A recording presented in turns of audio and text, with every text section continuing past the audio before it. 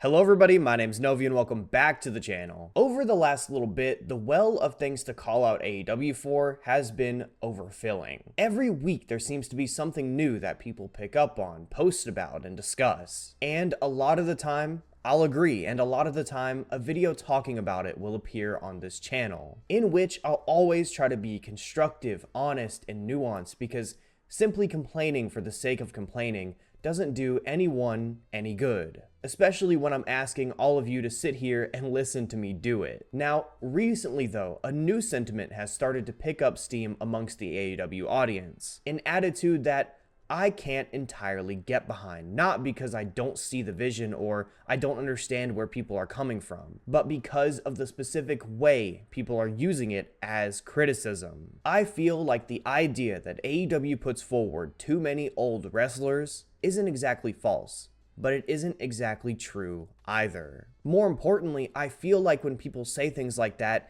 it doesn't address the core of the issue. So today, I want to use a little bit of that nuance I talked about to address that core. Because at the end of the day, what people are really complaining about is an issue that needs to be fixed. Now, before I dive in, however, make sure to leave a like on this video and subscribe to the channel where we're always talking graps. First, I want to talk about the young talents in AEW and how their usage translates to this resentment of AEW's older wrestlers. Because truthfully, it's a big reason, if not the biggest reason, why people feel the way that they do. I'd say the best place to start when it comes to this conversation is the pair of young mid-card champions in Daniel Garcia and Konosuke Takeshita. Two stars AEW could build a future around, which is a level you'd expect them to move even closer to, with championships around their waists. However, their reigns come off as more performative than anything else these days. Not in a they don't deserve it kind of way, more so in a here, look, we did it, stop yelling at us kind of way. Which of course isn't their fault. That blame would fall absolutely on AEW and the booking. Because at the end of the day, regardless of how you feel about them as talents, they have deserved more care and attention than what they've been given as first-time champions in AEW, especially when they're first-time champions at 26 and 29 years old, which usually falls well before most wrestlers' primes. Which leads me to a phrase I always come back to. A belt can't make the wrestler has to make the belt.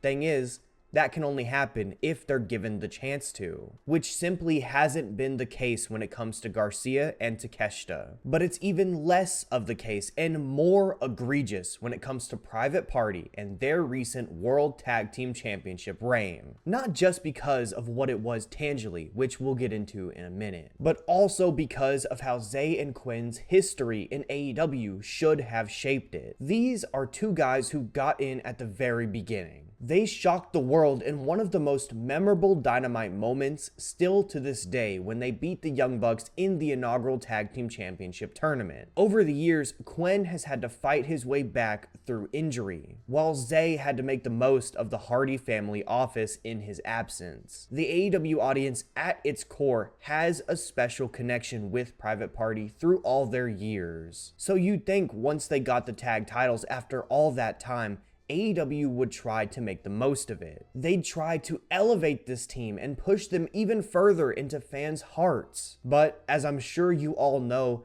that's not what happened at all. In fact, it was the complete opposite, where it felt like their reign was just happening in the background. Of course it'd feel like that when they do hardly any follow-up on Dynamite after the win. They don't get any segments, any promo time after that. They didn't get any big match for the Hammerstein Ballroom show happening in their hometown. And where I want to connect it back to Garcia and Takeshita, they had no title defenses. Daniel Garcia has had 3 title defenses since becoming champ 3 months ago. Konosuke Takeshita, with the International Championship, the belt that was supposedly the work rate title, has had 3 total on AEW TV specifically in his 120 days as champ. Then, lastly, worst of all, Private Party got 2 defenses in their 84 days as champions, with one of those 2 being a completely thrown together 4-way. These rates are just unacceptable, to be frank.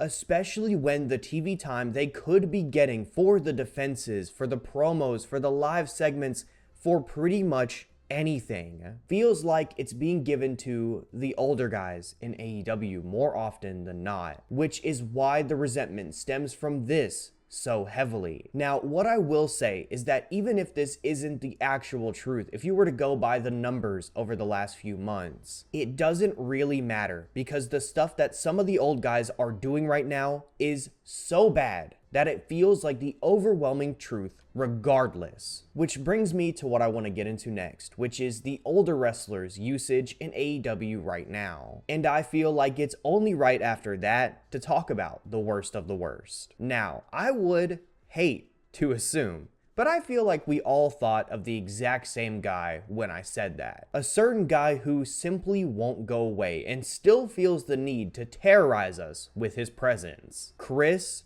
Jericho is the worst part of AEW right now, and it's been like that for a while. He is the single best example I could give of old guys getting time they shouldn't. Not even just because of the young wrestlers needed more conversation, but I mean just in general. He is uninteresting, bogs good wrestlers down, cannot go in the ring anymore, and he's still being put in my face. It is insane, and he is almost the entire reason why people feel the way they do about old wrestlers in AEW. But here's where the nuance of it all comes in. Is the issue that he's old, or is it that he's just bad? Cause let's look over to another old wrestler getting a lot of time on the shows, Jeff Jarrett. Recently, he's been horrible, at least in my opinion, cutting some of the worst promos you'll hear all year that take up absurd amounts of time on the show. But again, is the issue that he's old, or is it that he's just bad? I think when you look over to a group like the Hurt Syndicate, the answer to that question becomes a whole lot clearer. Bobby Lashley is 48 years old, Shelton Benjamin is 49, and MVP is 51. Those are old wrestlers, but they don't get hardly any hate for being old. Bobby and Shelton were the ones to beat Private Party. Did people react to that like it was old guys taking the young guy's spot? No, because the difference between them and Chris Jericho or Jeff Jarrett taking up TV time is that they're still good. They still clearly have something to offer to the weekly shows. Their age, while something to take note of, no doubt, isn't an issue to most because they're still quality professional wrestlers. That is what this really comes down to, and it's why I don't like this AEW old wrestler narrative that's formed. I feel like the sentiment of AEW having too many old wrestlers is more unproductive than anything else. Because to me, age isn't what we should be judging these guys on. We should be basing our critiques on what they offer. Chris Jericho again adds nothing. Jeff Jarrett the same.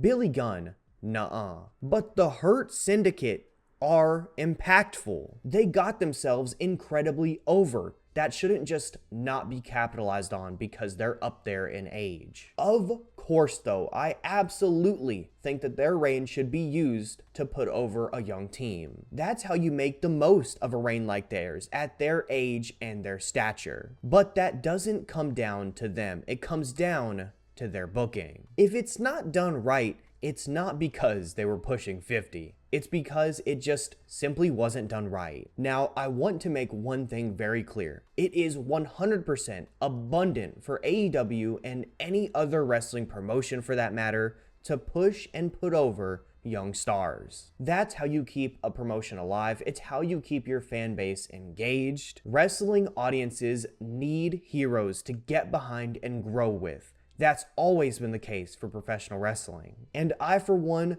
would like to see more young stars in AEW get pushes. Hopefully ones with a whole lot more care and attention than what they've given to Garcia and Takeshita. I'd hope it looks something like what they've done with Kyle Fletcher. He's turned into a huge star. Or, although it needs time to play out, Powerhouse Hobbs, they're building him to be the destructive force he should always be. But neither of these pushes, or any for that matter, should totally come at the expense of just any old wrestler in AEW. They should work in tandem with each other to create a better promotion as a whole. A healthier roster that builds upon itself year by year. That is what I want out of the old wrestlers in AEW. I get why the narrative about old wrestlers in AEW is so easy for people to get behind, because some of the worst people getting some of the most TV time are old wrestlers. But that doesn't mean that every old grappler just adds nothing to the TV. The ones who suck are simply dragging the rest down. So maybe the best way to end this and to sum it all up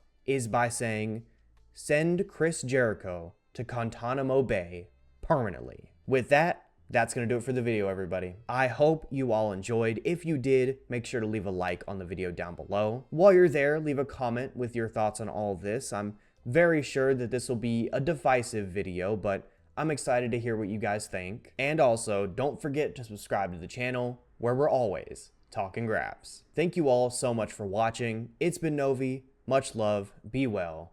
Peace.